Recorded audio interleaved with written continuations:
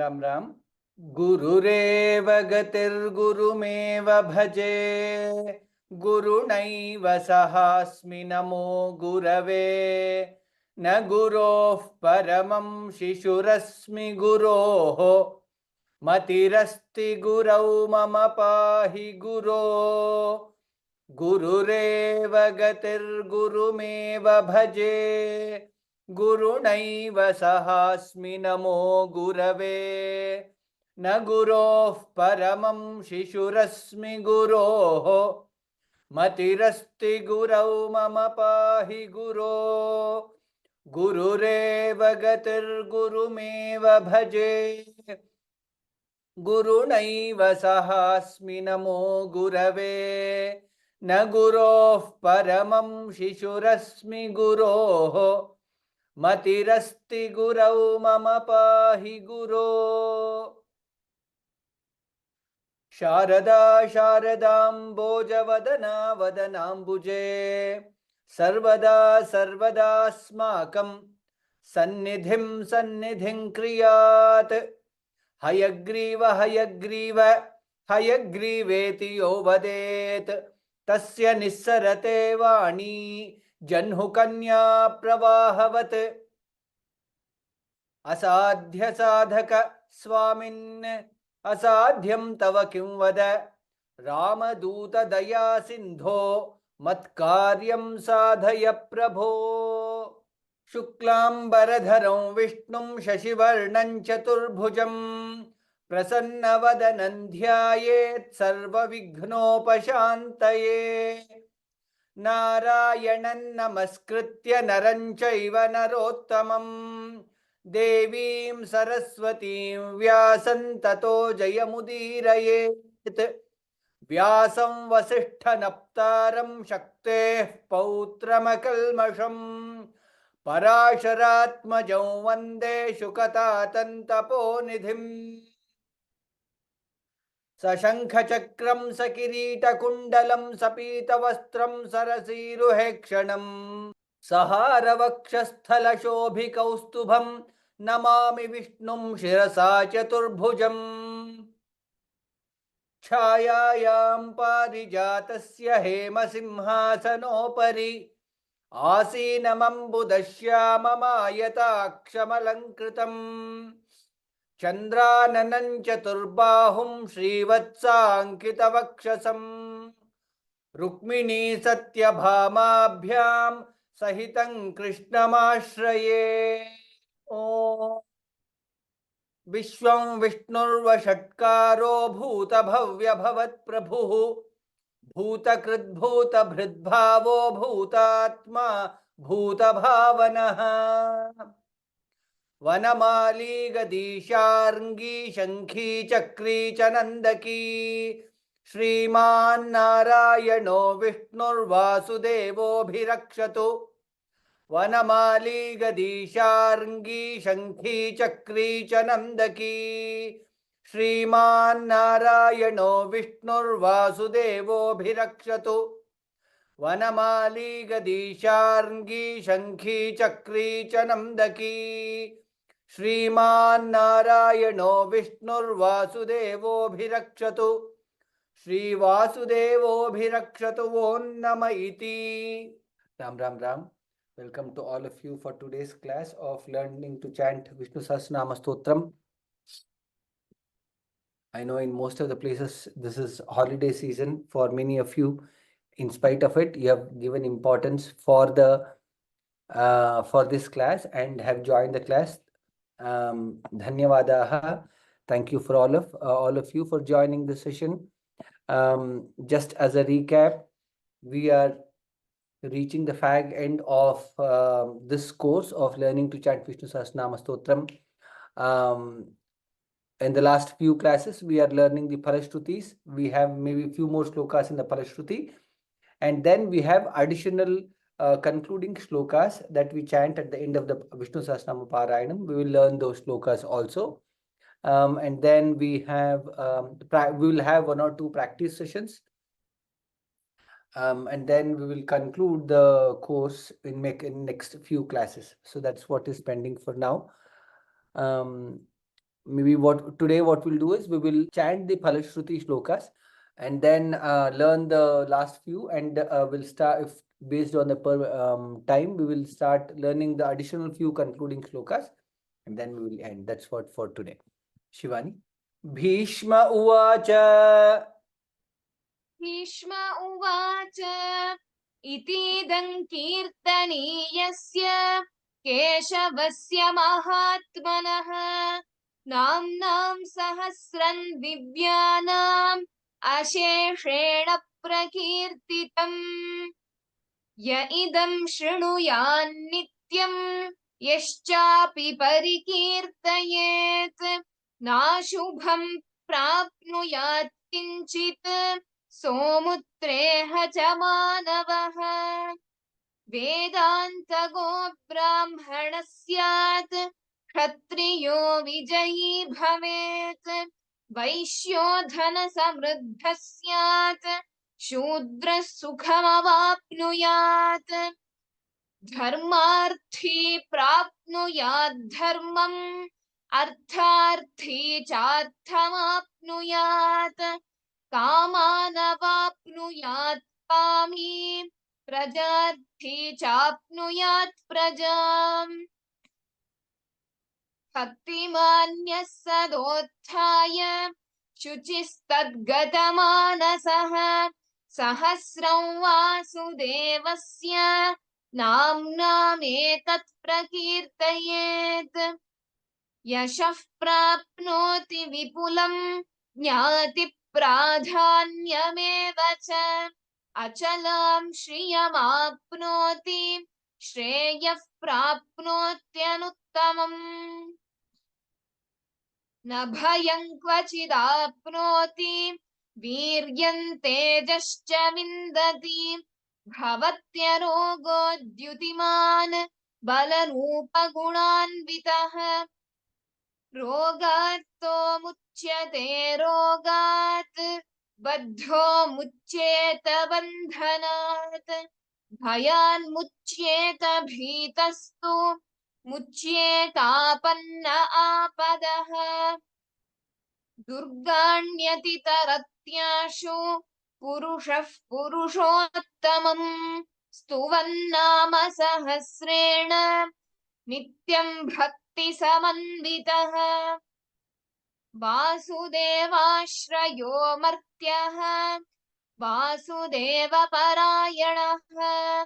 सर्वपापविशुद्धात्मा याति ब्रह्म सनातनम् न वासुदेव भक्तानाम् अशुभं विद्यते क्वचित् जन्म मृत्युजरा व्याधि भयं नैवोपजायते इमं स्तममधीयानः श्रद्धा भक्तिसमन्वितः युज्येतात्मसुखक्षान्तिः श्रीधृतिस्मृतिकीर्तिभिः न क्रोधो न च मात्सर्यं न लोभो नाशुभामतिः भवन्ति कृतपुण्यानां भक्तानां पुरुषोत्तमे द्यौः स चन्द्रार्कनक्षत्रा खन्दिशो भूर्महोदधिः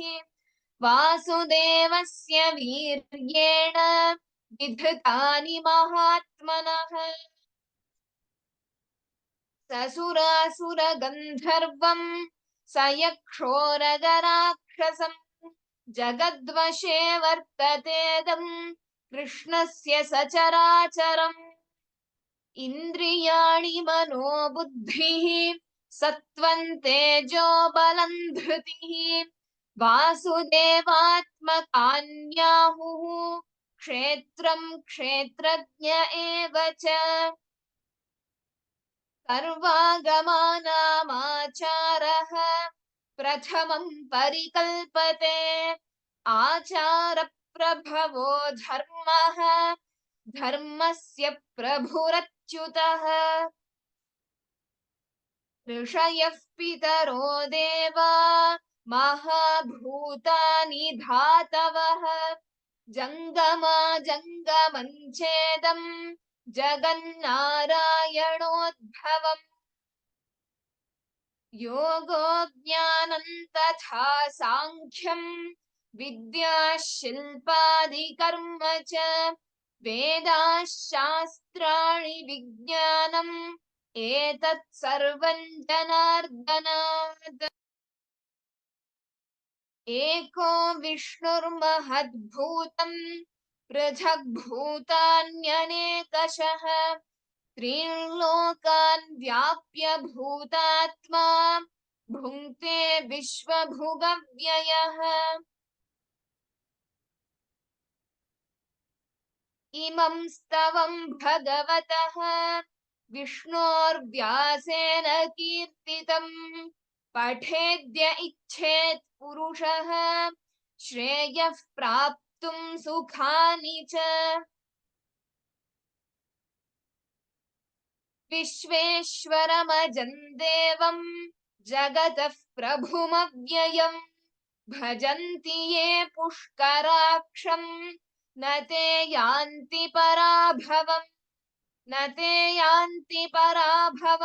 ॐ नम इति अर्जुन उवाच पद्मपत्रविशालाक्ष पद्मनाभसुरोत्तम भक्तानामनुरक्तानां त्राता भव जनार्दन श्रीभगवानुवाच यो मान्नाम सहस्रेण स्तोतुमिच्छति पाण्डव सोऽहमेकेन श्लोकेन स्तुत एव न संशयः स्तुत एव न संशय ॐ नम इति व्यास उवाच वासनाद्वासुदेवस्य वासितं भुवनत्रयं सर्वभूतनिवासोऽसि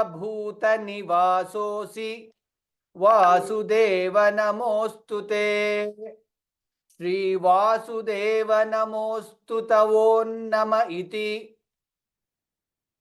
पार्वत्युवाच केनोपायेन लघुना विष्णोर्नाम सहस्रकम् पठ्यते पंडितैर्नित्यं श्रोतुमिच्छाम्यहं प्रभो।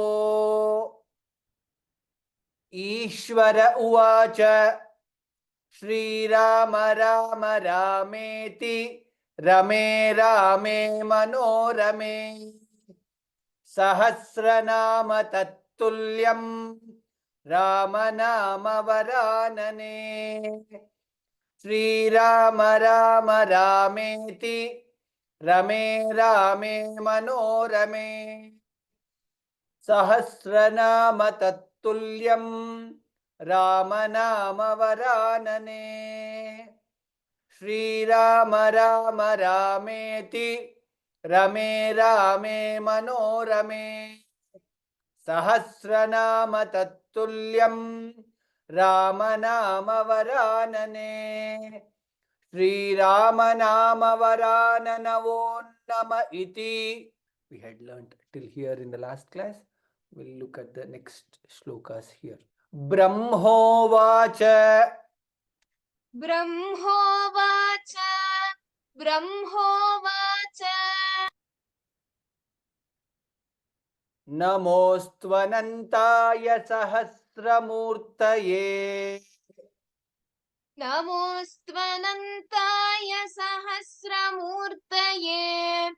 नमोऽस्त्वनन्ताय सहस्रमूर्तये सहस्रपादाक्षिशिरोरुबाहवे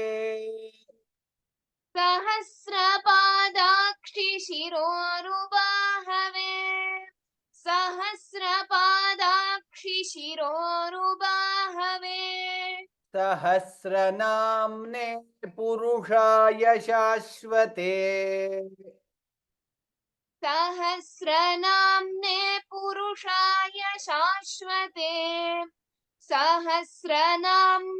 पुरुषाय शाश्वते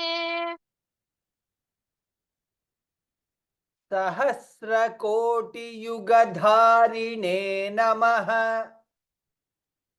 सहस्रकोटियुगधारिणे नमः सहस्रकोटियुगधारिणे नमः सहस्रकोटियुगधारिणे ॐ नम इति सहस्रकोटियुगधारिणे ॐ नम इति सहस्रकोटियुगधारिणे ॐ नम इति ब्रह्मोवाच नमोऽस्त्वनन्ताय नमोऽस्त्वनन्ताय सहस्रमूर्तये सहस्रपादाक्षि शिरोरुबाहवे. All these are one word, so you have to chant together. Namostvanantaya Sahasramurtaye Sahasrapadakshi Shirorubahave Sahasranamne Purushaya Shashvate Sahasrakoti Yugadharine Namaha. Dha is Mahaprana. Sahasrakoti Yugadharine Namaha. ब्रह्मोवाच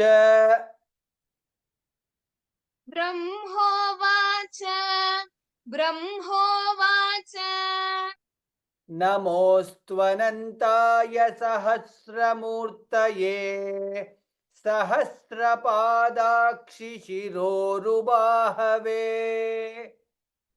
नमोऽस्त्वनन्ताय सहस्रमूर्तये सहस्रपादाक्षि शिरोरुबाहवे नमोऽस्त्वनन्ताय सहस्रमूर्तये सहस्रपादाक्षि शिरोरुबाहवे सहस्रनाम्ने पुरुषाय शाश्वते सहस्रकोटियुगधारिणे नमः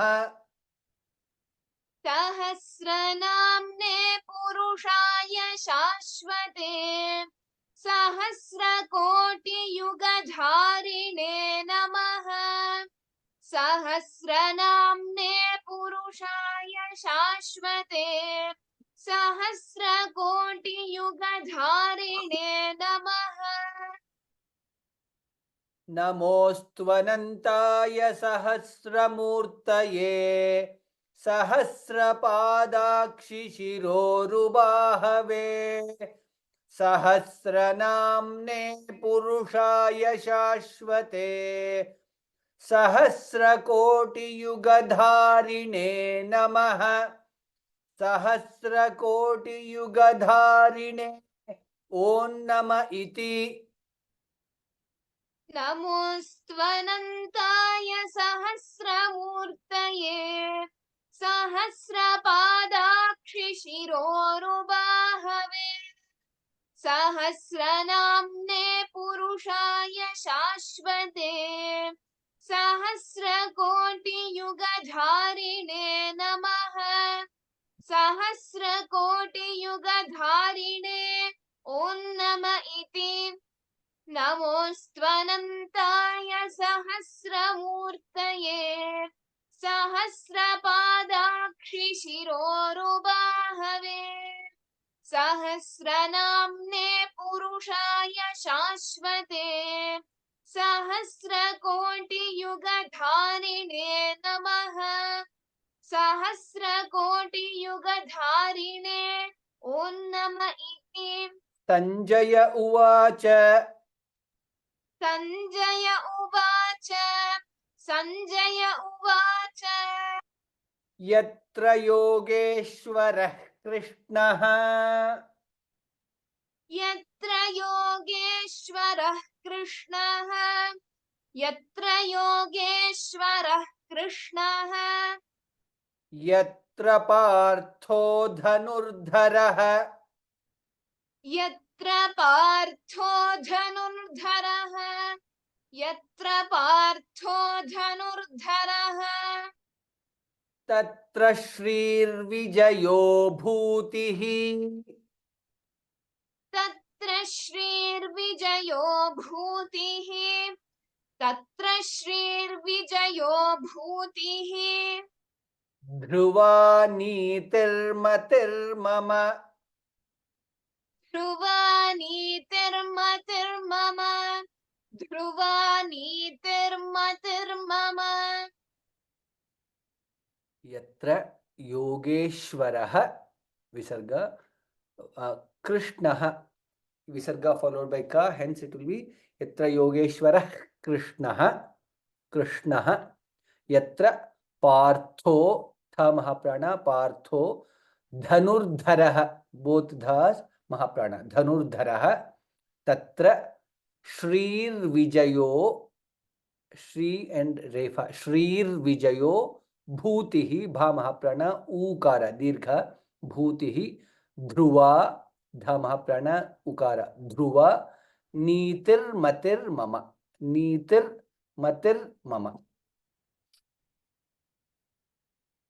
यत्र योगेश्वरः कृष्णः यत्र पार्थो धनुर्धरः यत्र योगेश्वरः कृष्णः यत्र पार्थो धनुर्धरः यत्र योगेश्वरः कृष्णः यत्र पार्थो धनुर्धरः तत्र श्रीर्विजयो भूतिः ध्रुवा नीतिर्मतिर्मम तत्र श्रीर्विजयो भूतिः ध्रुवा नीतिर्मतिर्मम तत्र श्रीर्विजयो भूतिः ध्रुवा नीतिर्मतिर्मम संजय उवाच यत्र योगेश्वरः कृष्णः यत्र पार्थो धनुर्धरः तत्र श्रीर्विजयो भूतिः ध्रुवा नीतिर्मतिर्मम संजय उवाच यत्र योगेश्वरः कृष्णः यत्र पार्थो धनुर्धरः तत्र श्रीर्विजयो भूतिः ध्रुवा नीतिर्मतिर्मम संजय उवाच यत्र योगेश्वरः कृष्णः यत्र पार्थो धनुर्धरः तत्र श्रीर्विजयो भूतिः ध्रुवा नीतिर्मतिर्मम श्रीभगवानुवाच श्रीभगवानुवाच श्रीभगवानुवाच अनन्याश्चिन्तयन्तो माम् अनन्याश्चिन्तयन्तो माम् अनन्याश्चिन्तयन्तो माम् ये जनाः पर्युपासते ये जनाः पर्युपासते ये जनाः पर्युपासते तेषां नित्याभियुक्तानां तेषां नित्याभियुक्तानां तेषां नित्याभियुक्तानां योगक्षेमं वहाम्यहम् योगक्षेमं वहाम्यहम् योगक्षेमं वहाम्यहम् अनन्याश्चिन्तयन्तो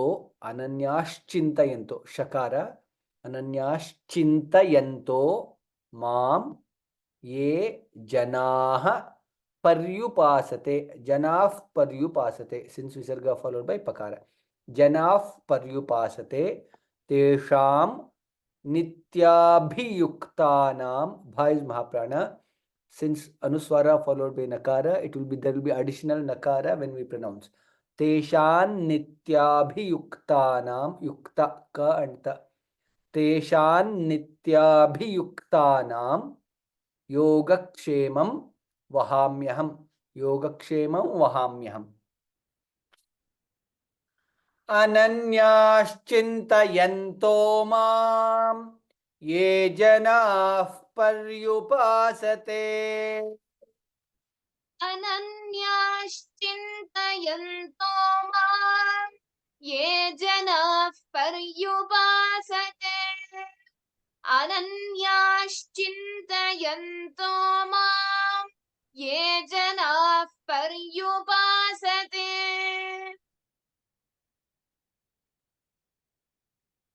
तेषां नित्याभियुक्तानां योगक्षेमं वहाम्यहम्. तेषाम् नित्याभियुक्तानां योगक्षेमं वहाम्यहम् तेषाम् नित्याभियुक्तानां योगक्षेमं वहाम्यहम्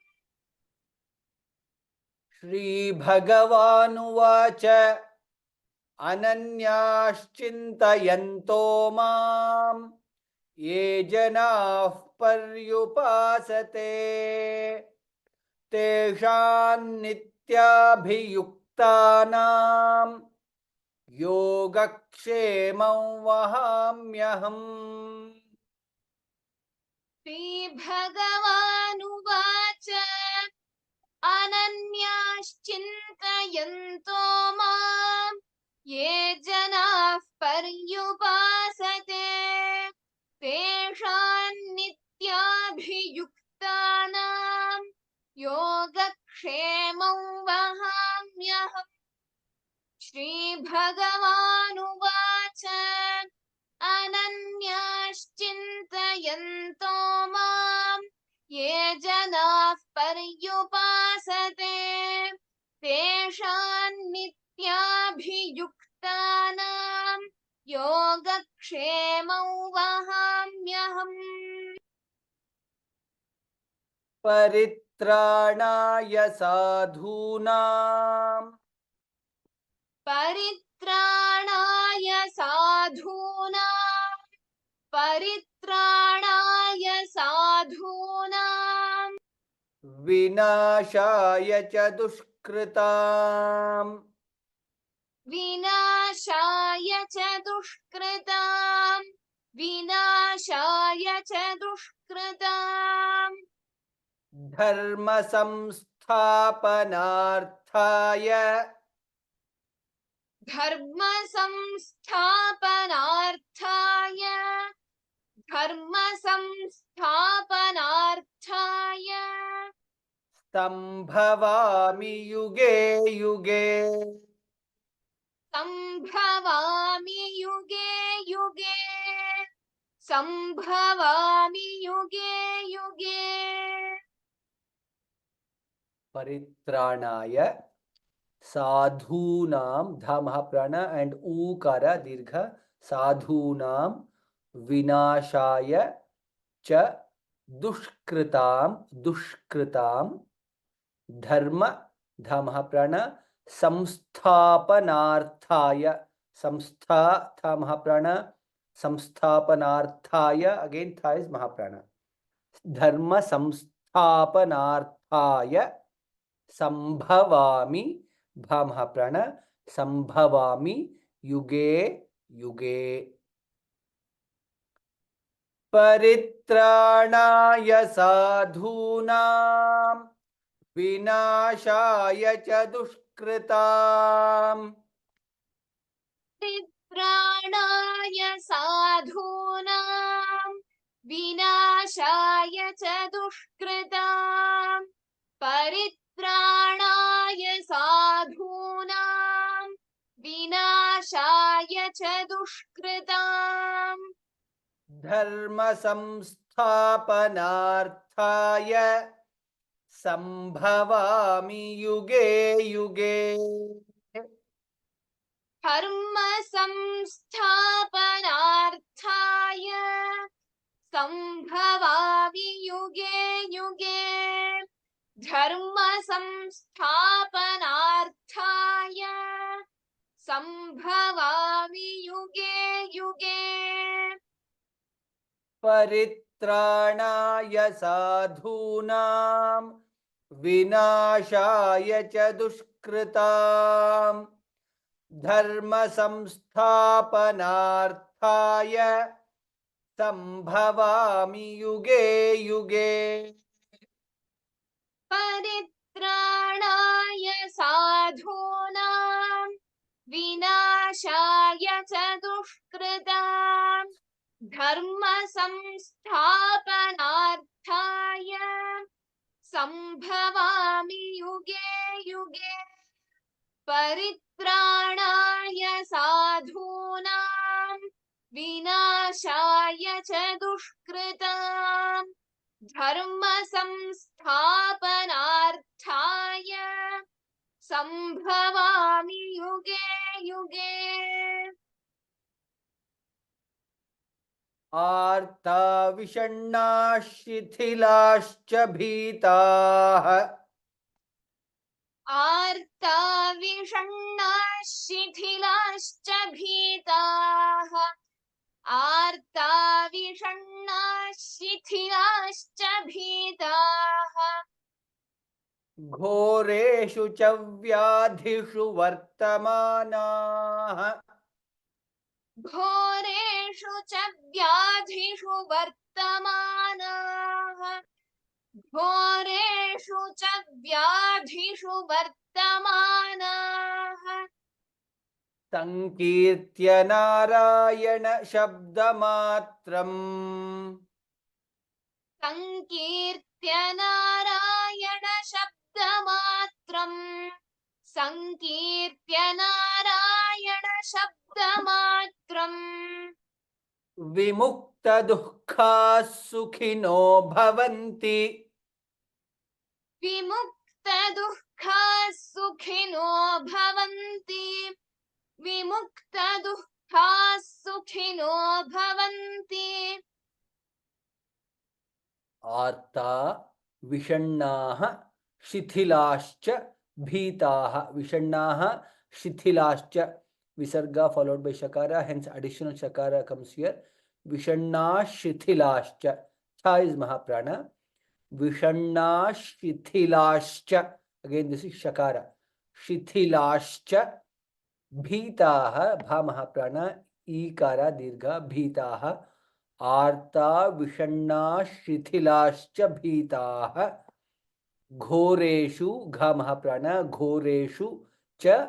व्याधिषु धा महाप्राण व्याधिषु वर्तमानाः संकीर्त्य नारायण शब्दमात्रं द शब्दमात्रं विमुक्त दुःखाः दु विसर्ग ख महाप्राण दुःख many of us make this mistake of pronouncing it as dukkha. It is dukkha. After du there is visarga and kha. Dukkha. Dukkhaha. Sukhino. Visarga followed by sakara. Hence it is dukkha sukhino. Kha again is Mahaprana. Bhavanti. Bha is Mahaprana. Vimukta dukkha sukhino bhavanti. In many texts it is bhavantu is there. Bhavantu and bhavanti both are patabeda. So it is okay to chant either bhavantu or bhavanti. We have learnt it as bhavanti and hence we will continue chanting it as bhavanti. Dukkha sukhino bhavanti. Artha vishanna shithilascha bhitaah ghoreshu cha vyadhishu vartamanaah.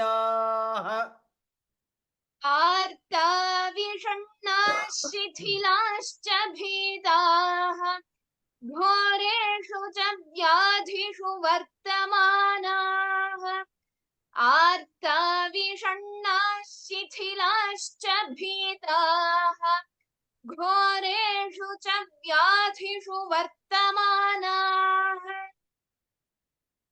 संकीर्त्य Narayana शब्दमात्रं विमुक्तदुःखाः सुखिनो भवन्ति। संकीर्त्य नारायण शब्दमात्रं विमुक्तदुःखाः सुखिनो भवन्ति। संकीर्त्य नारायण शब्दमात्रं विमुक्तदुःखाः सुखिनो भवन्ति।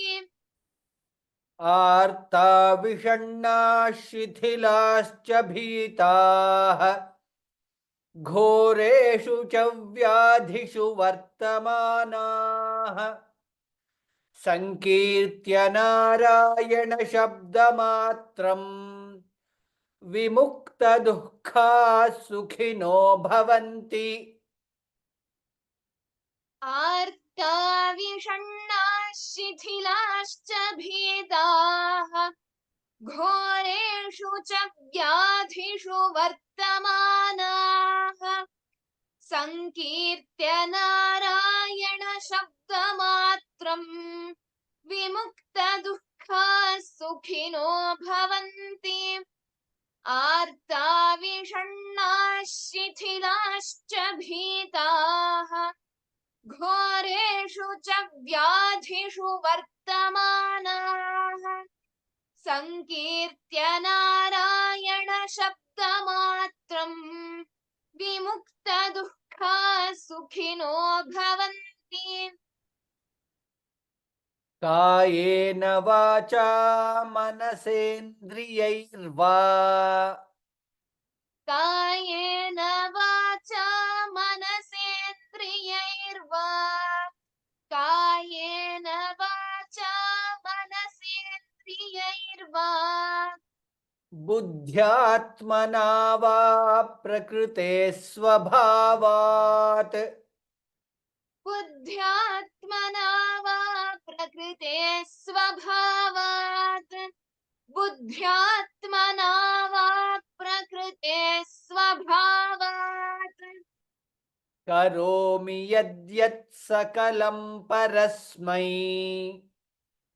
करोमि यद्यत् सकलं परस्मै करोमि यद्यत् सकलं परस्मै नारायणायेति समर्पयामि नारायणायेति समर्पयामि नारायणायेति समर्पयामि कायेन वाचा मनसेन्द्रियैर्वा मनसेन्द्रि na the and ra, 3 letters are there मनसेन्द्रियैर्वा यै रे रकार रेफा वा मनसेन्द्रियैर्वा बुद्ध्यात्मना the and महाप्राण ध बुद्ध्या and ya बुद्ध्यात्मना वा प्रकृतेः स्वभावात् प्रकृतेः स्वभावात् विसर्गा followed by sakara hence it will be sa प्रकृतेः स्वभावात् भा महाप्राण करोमि यद्यत् सकलं परस्मै नारायणायेति ना इज दीर्घ नारायणायेति समर्पयामि कायेन वाचा मनसेन्द्रियैर्वा बुद्ध्यात्मना वा प्रकृते स्वभावात् कायेन वाचा मनसेन्द्रियैर्वा बुद्ध्यात्मना वा प्रकृते स्वभावात् कायेन वाचा मनसेन्द्रियैर्वा बुद्ध्यात्मना वा प्रकृते स्वभावात् करोमि यद्यत् सकलं परस्मै नारायणायेति समर्पयामि करोमि यद्यत् सकलं परस्मै नारायणायेति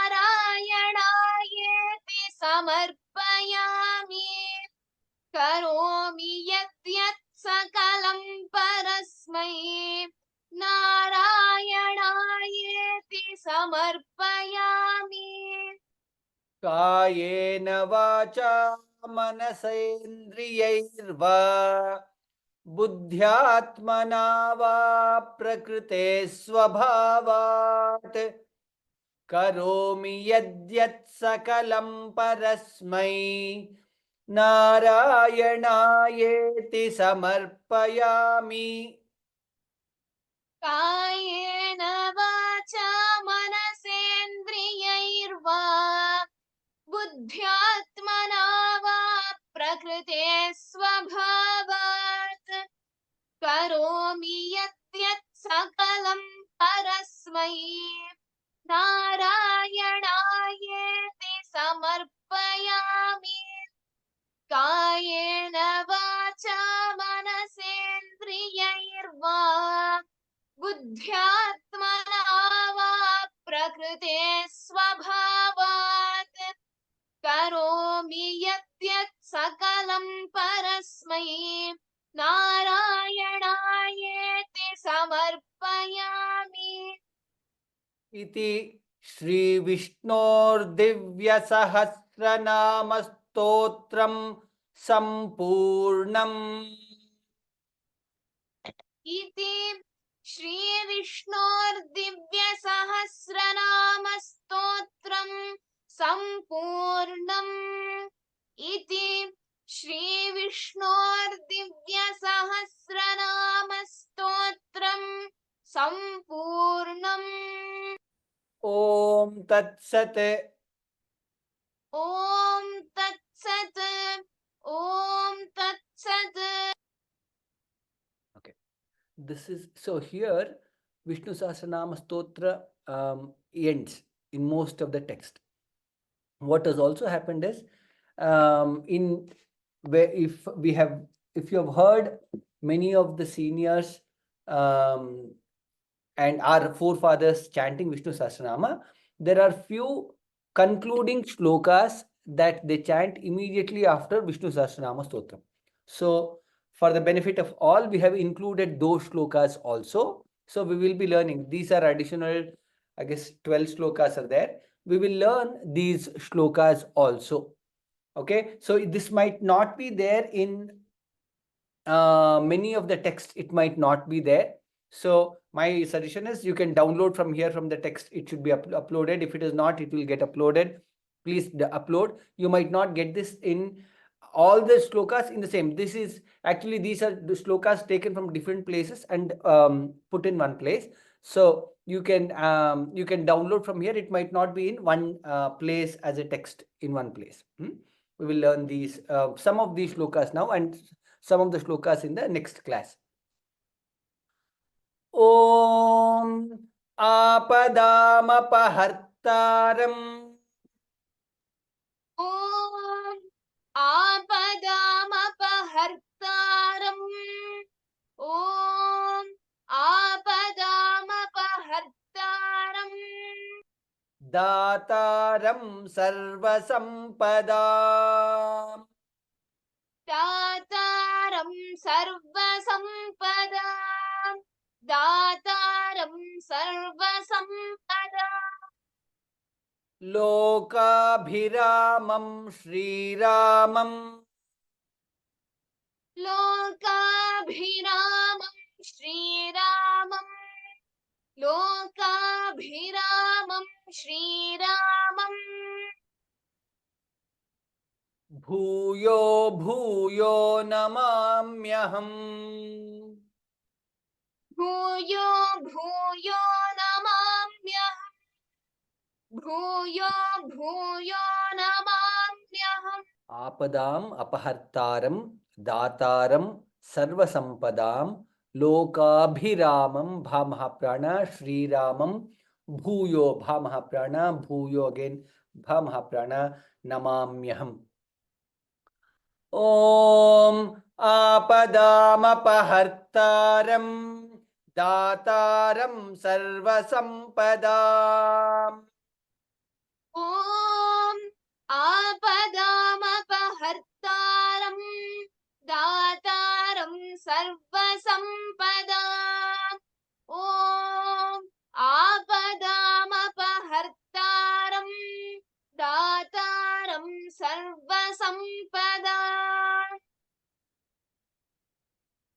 लोकाभिरामं श्रीरामं भूयो भूयो नमाम्यहम् लोकाभिरामं श्रीरामं भूयो भूयो नमाम्यहम् लोकाभिरामं श्रीरामं भूयो भूयो नमाम्यहम् ॐ आपदामपहर्तारं दातारं सर्वसम्पदां लोकाभिरामं श्रीरामं भूयो भूयो नमाम्यहम् ॐ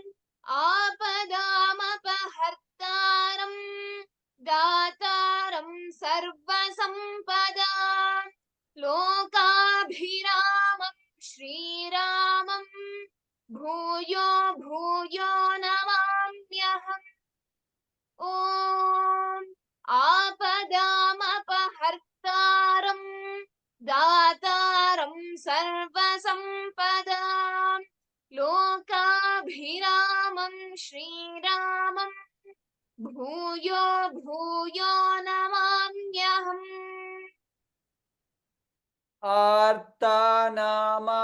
आर्तानामार्तिहन्तारम् आर्तानामार्तिहन्तारम् आर्तानामार्तिहन्तारम् भीतानां भीतिनाशनम् भीतानां भीतिनाशनम् भीतानां भीतिनाशनम् द्विशताङ्कालदण्डन्तम् द्विशताङ्कालदण्डन्तम् द्विशताङ्कालदण्डन्तम् रामचन्द्रन् नमाम्यहम् रामचन्द्रं नमाम्यहम् रामचन्द्रं नमाम्यहम् आर्तानाम् आर्तिहन्तारम् आर्तानाम् आर्तिहन्तारम् भीतानां भमः ईकार भीतानां भीतिनाशनम् भी again is महाप्राण भीतिनाशनम् द्विशतां कालदण्डं द्विशदां अनुस्wara followed by kakara and hence it is द्विशदां कालदण्डं कालदण्डं tam it will become कालदण्डन्तं nakara comes there कालदण्डन्तं रामचन्द्रं नमाम्यहं Ramachandran नमाम्यहम् आर्तानामार्तिहन्तारं भीतानां भीतिनाशनम्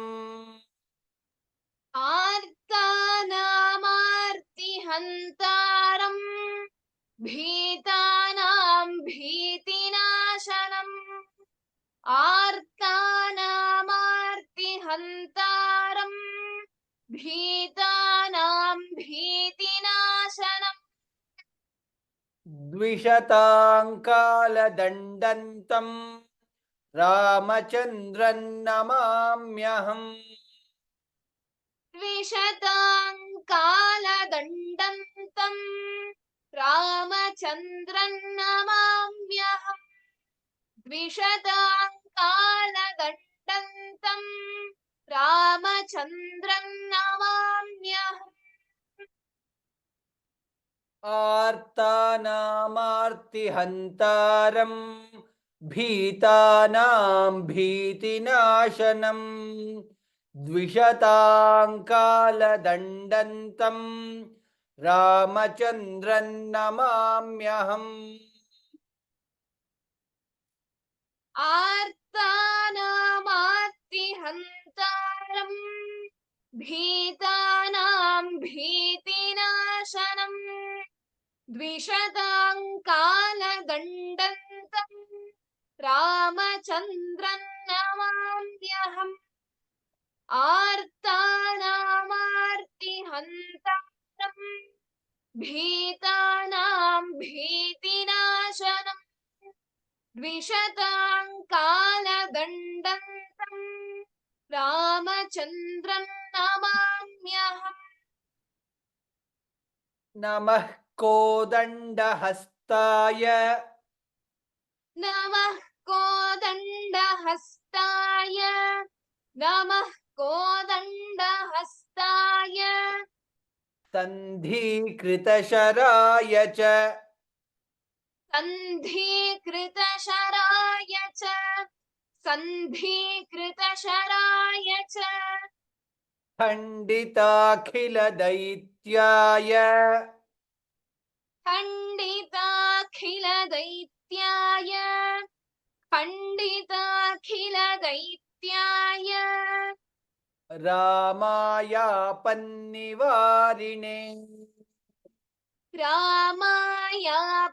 रामायापन्निवारिणे रामायापन्निवारिणे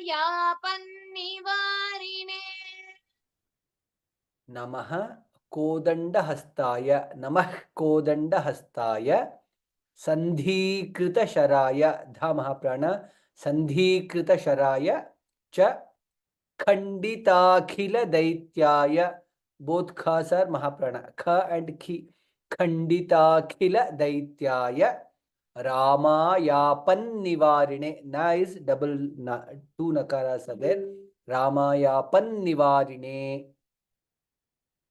नमः कोदण्डहस्ताय सन्धीकृतशराय च खण्डिताखिलदैत्याय रामायापन्निवारिणे नमः कोदण्डहस्ताय सन्धीकृतशराय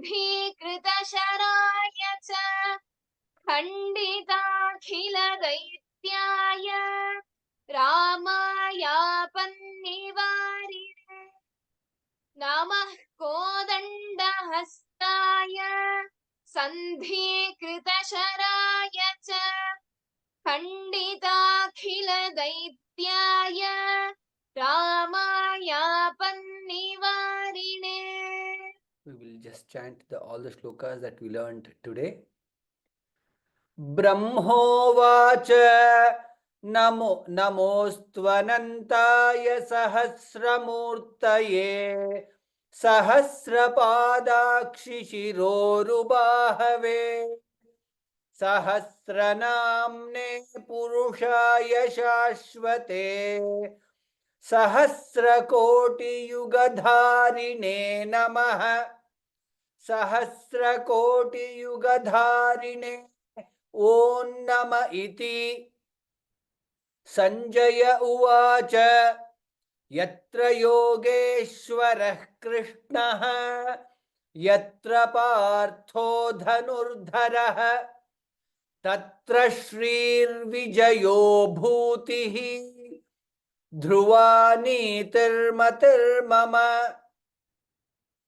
श्रीभगवानुवाच अनन्याश्चिन्तयन्तो मां ये जनाः पर्युपासते तेषां नित्याभियुक्तानां योगक्षेमं वहाम्यहम् परित्राणाय साधूनां विनाशाय च दुष्कृतां धर्म संस्थापनार्थाय संभवामि युगे युगे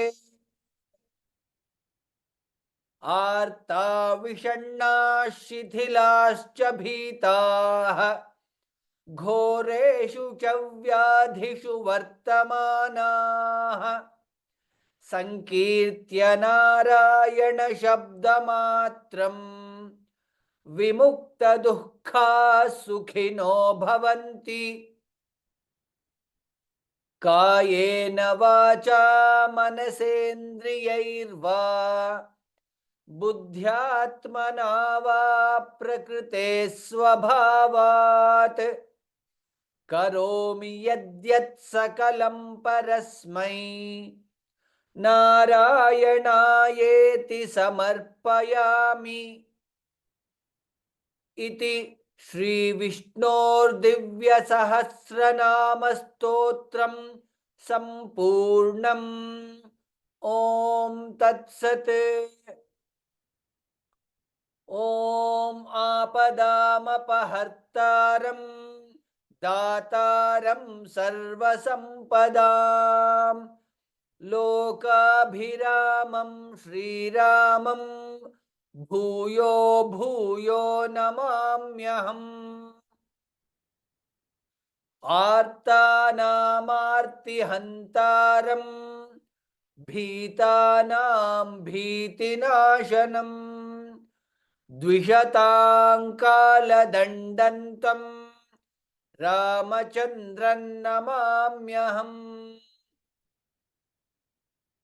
नमः कोदण्डहस्ताय सन्धिकृतशराय च खण्डिताखिलदैत्याय रामायापन्निवारिणे। सर्वे भवन्तु सुखिनः सर्वे सन्तु निरामयाः सर्वे भद्राणि पश्यन्तु मा कश्चित् दुःखभाग् भवेत्। ॐ शान्ति शान्ति शान्तिः। In the next class, we will learn the rest of the concluding shlokas, and then we will do the practice sessions, and then maybe one class for all of you to share your feedback, share your experience, and then we can end the course. Next class will be a practice session. So all of you practice well and come. So I request all of you to practice well. This will be one of the last sessions of the practice session. So I would encourage everyone to chant. I would love to hear every one of you, to listen to every one of you. Please practice and then come. We'll do the practice session of the Phalashruti. Phalashruti will be the practice session. Please practice well and come. We will hear in the next class, and then based on the number of people, we'll see in the next class, do we need to continue the practice or can we move with the new shlokas. With that, we end our class for today. Dhanyavadaha for joining again. All of us will meet in the next class. Ram, Ram, Ram. Okay, is there somebody who's asked, where can we find the downloading options of the shlokas? You will find it on the home page of the course. There all the texts are available. You can download. I'm not sure of if the today's shlokas are there. Even if it is not there, it will be uploaded by next class. Ram, Ram, Ram.